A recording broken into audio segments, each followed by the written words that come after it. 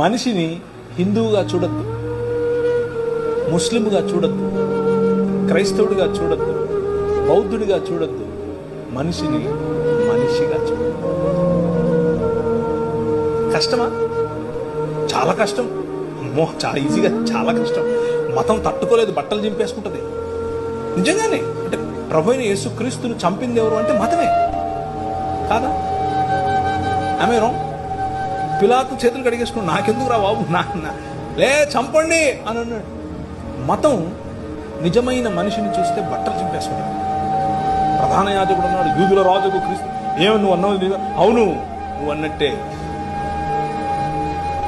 మనుష్య కుమారుడు ఆకాశ మెగారుడై దిగివచ్చుట మీరు చూస్తారు అనంటే ఇంతకంటే ఎక్కువ సాక్ష్యం కావాలని బట్టలు చింపుకున్నాడు.